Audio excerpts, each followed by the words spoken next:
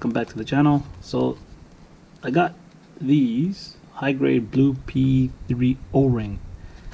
Comes in 8 pieces. You only need 4 for one drift car, but it comes in 8. So if you have more than one, if you have 2 running bodies or running chassis, this is perfect. So what I'm going to do here is I'm just going to upgrade my O-rings from the stock one. So this is my, move this over here. So this is my MC1. You guys have already seen this plenty of times. So here's my suspension, right? It's pretty soft, right? Right. You guys can see my last video. You'll see how it is, right? See if I can change the camera angle for you guys here. Right, just in case you guys don't want to go back, as you can see, right? Here's my droop, right? My front, right? No complaints. It runs good, right? It does the job. But you know, people, you hear that upgrading your O-rings is a good idea. Apparently, some shocks or some people have seen that the ones that come in the original yokomo big bores, the black ones, they swell up and it prevents the shocks from moving freely, and right, like, to each his own, right? Like, I don't know, I don't have any issues, as I just showed you, but I'm just gonna upgrade anyways and see if it does make a difference. Which, to be honest, the car will react a little bit differently, because to make the shocks, for me to build these shocks like with the same oil, or not the same oil, the same rebound as I have them right now, to duplicate it exactly the same, it's never going to be exactly the same, right? So it's going to be a little different, but we'll see if it's better different or worse different. We'll see. And the shock oil I'm going to be using, or the one that I use anyways on this guy, on my MC1, is the Yokomo shock oil 200, as you can see, which is what I'll be using. I only have like half a bottle left, so after this I should have maybe like that much more left over, which it's enough. It's not expensive, so it's all good. So that's the shock oil I'll be using. It's the Yokomo one, right? You can see it right there, Yokomo 200, right? So I'm just gonna take this apart, or take these off the chassis, and bring you guys right back. Alright, so I got all my shocks off. Got all 4. So what you need to do, right, I'm just gonna do it on one, I'm not gonna do it on all 4, just to show you guys. The rest I'll do off camera. But what you need to take, because I literally got to take everything apart, so I'm just gonna do a time lapse of me taking this guy apart. But like, it won't be super fast time lapse, so you can see, and I'll talk through certain parts just to show you guys. But what you need is, definitely need a paper towel, right? Because you got to dump the oil. All right, so I'm gonna fold this in half so it can absorb a lot more of the oil. Right, so you just gotta take that part off there. And what I like to do is, when I take my shocks apart, I always like to leave them lined up, so I know the same parts go back to the same shock. You know what I mean? So this one will be here, right? And then, all right, all the parts will be there. All the parts for this one will be here, so on and so on and so on. Right? So there's that piece.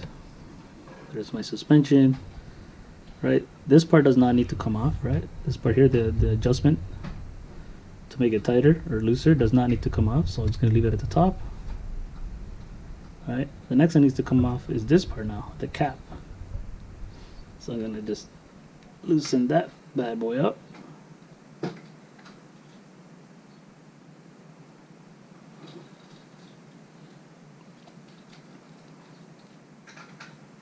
Alright, there you go. And then I'm just gonna flip it and dump all the oil out. As you can see, the oil is still clear, because I just built these like a month ago. And with all these COVID lockdowns, I haven't gone anywhere. So the other thing I do is I gotta take this out, and because this has been, it's a perfect seal, doesn't want to come apart. So what you want to do is, you don't want to grab a you don't want to grab a knife because you're gonna damage the pink, I guess silicone or the seal, or I don't know the exact name for it. But if you if you have these guys here and they're damaged on the outside, so like they're ripping or they're tearing, I recommend you replace them. Right? Oh, there you go. I'm gonna get all oily in my fingers, but it's all good. As you can see, this guy is still in pretty good shape. I got no peeling. Like you get some of these here where you can like rip this apart, like right here. You'll be able to like rip it apart. If yours are like that, I recommend upgrading. Just get newer, sorry, not upgrading, just get the same ones but newer, so they don't have the break, because yeah, it's just bad. So again, keep everything separated. So that one there, that part there. Just gonna clean this guy off. Put it there. See, those already gone through. Fold it again.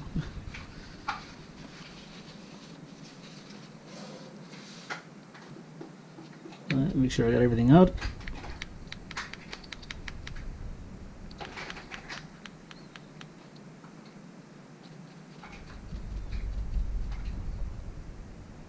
Well, I did say I was going to do a time lapse, but I guess I'm not. Looks like I was going to show you guys how I do it step by step, because I forgot that this doesn't take long, so there's no need for time lapse. So the other thing you need is you need some sort of crimpler. This one here is controversial, right? You'll get guys saying, "Oh, don't use this pinching part here to hold the shaft here, right? Because you know you squeeze it in and this goes in there, so then you're causing damage, right, or leakage to come out of here." Which is, yes, that does happen. So what you want to do is with this crimpler part, what you want to do is you want to just grab the last thread that's there. I don't know if the camera will get, this might be too close, but the last thread there, you want to grab it with that part. Or you can grab paper like this, right?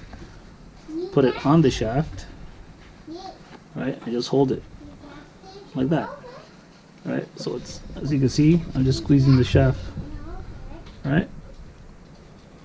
So it's really totally up to you, right? What I like to do is I just do it by putting this part right on the last thread. If you guys get a chassis, it'll pretty much tell you to do what I'm going to be doing. But what the secret too is when you grab it and you're holding it, don't like squeeze the crap out of it like you want to rip it off. No, you just hold it so it doesn't spin. So just hold it. If you're turning, you know it's spinning, put a little more grip. Still spinning, a little more grip. There's not spinning, then you can, you know, turn this part. You know what I mean? You don't want to just hammer down and then, you know, you could break it, right? You don't want to do that. So I'm just going to show you how I do it. So I just put it right on the end. Alright, just a little bit. See, I got barely any pressure on it. I can get my 4-year-old to hold this, and this will come off. And it's easier after the first time, because the first time you have to thread it, right? So there's no threads in here. So the first time you're putting this on, it's going to be a little tighter because you have to make the threads. But after you make the threads, like right now, I'm just taking it off. Super easy. It's already threaded with the thread, no problem. So this one goes there with that part, right? It's part of this. Then I push the shaft all the way through. All right, because, well, technically you don't even have to take this part off, because now you're good. You just have to, it's gonna show you. You just have to undo this part now, which this one will be a little tighter. If you guys hear the noise in the background, that is my 4-year-old playing with his toys. Can't do nothing about that. Can't yell at him, tell him to stop making noise. He is 4 years old. So it's gonna, oh, there you go. Needed some friction. My fingers have oil all over them. So you just take this guy off. There you go. I just gonna push this guy all the way down just so I can get that O-ring out. So this is the O-ring you're replacing. Most Yokomo ones, they're black O-rings. Mine are white. This is oh, can't get it out. Let's see if I can push it with the, take it out with this guy. There you go. These are white ones, I believe. I'm trying to remember now. It's been so long. I believe the white ones came with the 2nd gen big bore shocks, or was it the 1st generation big bore shocks? I can't remember. But yeah, so what you're gonna be doing is you're doing is replacing this guy. All right, so you're taking him out. I'll leave him in line with the shocks I built. And I grab this guy now. Oh, my fingers are full of oil. That's what's good to have too. Maybe even a couple more extras. Alright, rip this guy open.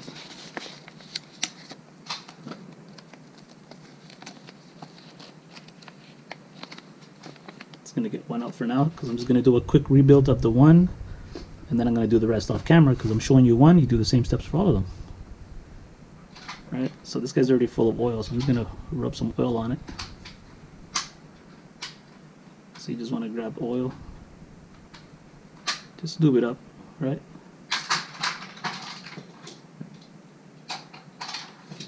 So what you do now is just gonna put this guy back in, just take all the oil out. I'm gonna put the shaft back in now. This is technically a shock rebuild, I guess you can call it. It's pretty much how you build your shocks too, so I'm pretty much showing you. If you never built shocks, this is pretty much how you do it. The only step I've been showing you is how to put this part on, but this part is just from the here, just turn it on, right, thread it in, it goes, right, not that hard. Right, so there's the blue O-ring now. Now you do the process all reverse now.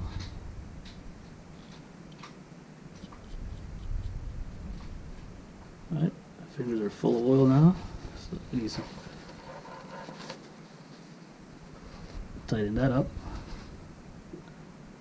Perfect. Alright, so it's gonna. Too much oil, you gotta be careful. I don't know how many times I said oil already, but but yeah. So now that part is done, I'm gonna grab my crimpler, and again I just grab the last thread, and I don't squeeze the crap out of it. I just squeeze it right now, as I'm not putting any force on it at all. It's just enough to hold it, and I'm gonna just start thread. This guy's already been threaded, so it's gonna be easy. When you're doing it the first time, you just have to give it a little bit just to hold the thread. As soon as it starts spinning, like right now it's starting to spin, I'm just gonna squeeze it a little, just a little. No more spin. Oh, see, it moved again. And the reason I like to grab the last thread, for me when I use the crimpler, is because that way I put this guy, tighten this guy all the way till it hits the crimpler. So I know they're all gonna be the exact same. Right, see right now I have 2 threads showing, and that's exactly how all 4 shocks are gonna be. They're gonna be exactly the same, so I built them the same. So they all have the same length. No different lengths. Right? So that part is done. So what you do need now is just some sort of stand. I have this one here. I won this one. I got this from Drift Lab in Miami when I went there for the tournament back in 2018.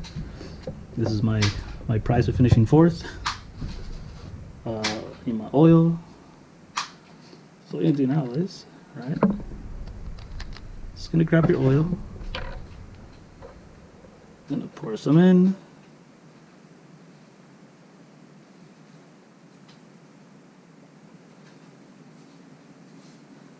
I'm gonna fill it just before the top, so right there, just before the top. I'm gonna put some more in. I'm just gonna fill it just before the top because I gotta make sure there's no air in there, right? So what you do now that I lift up, I push the shaft in. Wish I can give you guys a better angle, but you know, this is maybe I'll just take them out of here. I just gotta make sure I hold it straight. So what you do now is you squeeze this guy up and then pull him back down. I don't know if you guys caught that. Hard for me to do it too when the camera's in my face. So I'm just trying to take the air bubbles out. I don't know if you saw that, a few air bubbles. Right? So I'm just trying to take air bubbles out. So I go up and down a few times. Right? I'm just gonna move it over here. Sorry, I need to see. So I go up and down a few times, like I just said, and you just check for air bubbles. Once you don't see any air bubbles, right? Yeah, see, I got none there now. So I got no air bubbles. So it's fully extended now. It's not up. It's all the way down, fully extended. I'm gonna put them back in here. And then I'm just gonna clean my fingers here. Now I'm just gonna top it off right at the top. So it's not gonna pour out. It's gonna be right at the top. Right there. So this is the part here where you fill it up to the top. You put your O-ring in. This one has. Oh, where did I go? Oh. This part here has a few different methods, I guess, or ideas, right? Some instructions will say, right, this is the ring. You put on top and then you just drop it like this, right? The one I do is I start on the corner and then I just slide it in. The reason we do that instead of just flopping on top is because if you just flop it on top, you could get an air pocket stuck in there and it'll ruin your suspension, right? You don't want air in there. That's the main thing. So you could do it the way it shows in the instructions, which is drop it in the corner and then slowly lower it. Or you can do it how I do it, which is I start on the corner like this, right? And then I just slide them in. So I just slide it in. That way you get no air pockets. So I'm just gonna pull this guy out now. You gotta be careful. It's maxed out, the shock coil. Alright. So see if I could do it here for you guys. But the camera is in my way, so I'm just gonna start at the corner. And I'm just gonna let it slide in like that. There you go.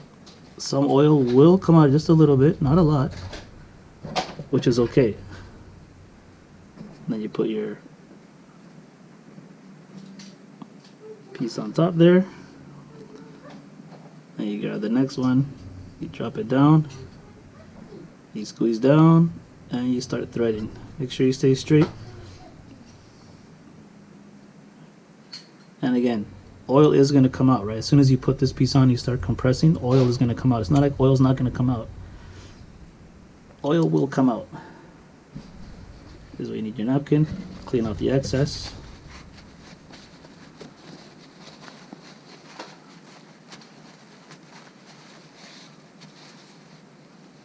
Alright, just clean it up. Oh, jeez. Just clean it. I'm going to tighten it. Make sure it's tight. There we go. Should be good.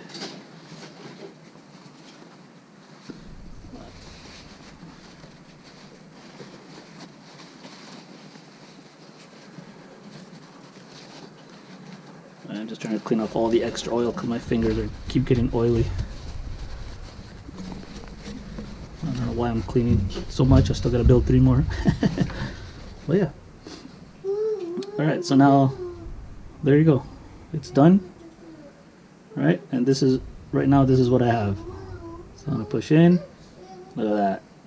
That's what you want. Alright. That's perfect. Oh, that feels real good. There you go. So that's how I build my shocks. Right? And again, I think I did a video before to show that if you do this, if you push it in and it comes out slowly, just you gotta undo this, right, the top, take it all apart, put some little more oil in, and then do it again until you get the exact. So you want to do this to all of them. You have to be exact for all of them, which is, it's hard to get them all to be exactly the same, right? Like if you want to do all 4 exactly the same, it is hard, but it's not impossible. As long as you get it within practically the same, so the other one comes out just a tad slower, you're okay. But if you put it in and it comes out like super slow like this, then no, that's not good, right? You want them all to be roughly the same. So if you want all of them to go like this and then come out slowly, then you do it to all 4, right? But what you want, or I don't know if you want it, but what I like or what I want, right, is pretty much what I see right here. That's perfect. All right. So now I'm gonna finish this guy off.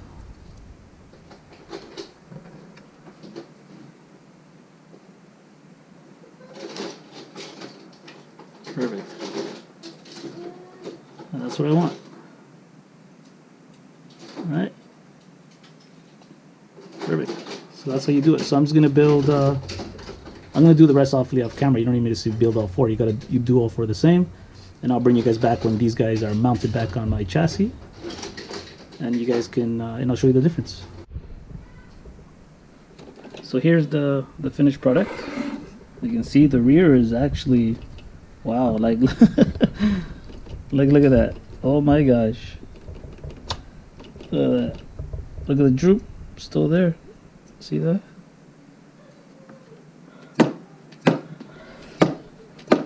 So that's what it feels like now after I just rebuilt my shocks. Like that's gonna give me some traction, alright? My front is the same. Right? Alright, so that's my suspension. Yeah.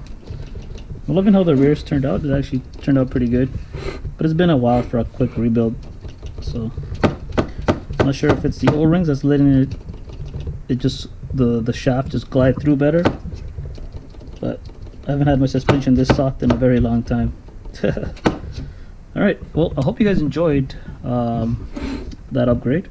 And technically show you how I build my shocks. I still don't even know what I'm going to label this video now. But yeah, hope you guys enjoyed that. And yeah, leave a comment down below. And I'll see you guys in the next one. And I won't be able to get you guys a running video because here in Ontario we went to another lockdown. So our track has been closed for a month and a half now, almost 2 months. And there's no signs of it opening back up. So yeah, that's the only reason I haven't been able to post any more running videos. So I can't get you a running video of this. That sucks. But when I do, I will, you know, I'll let you guys know that that's the tune, right? All right. Well, leave a like and subscribe and leave a comment, guys. Thanks. Bye.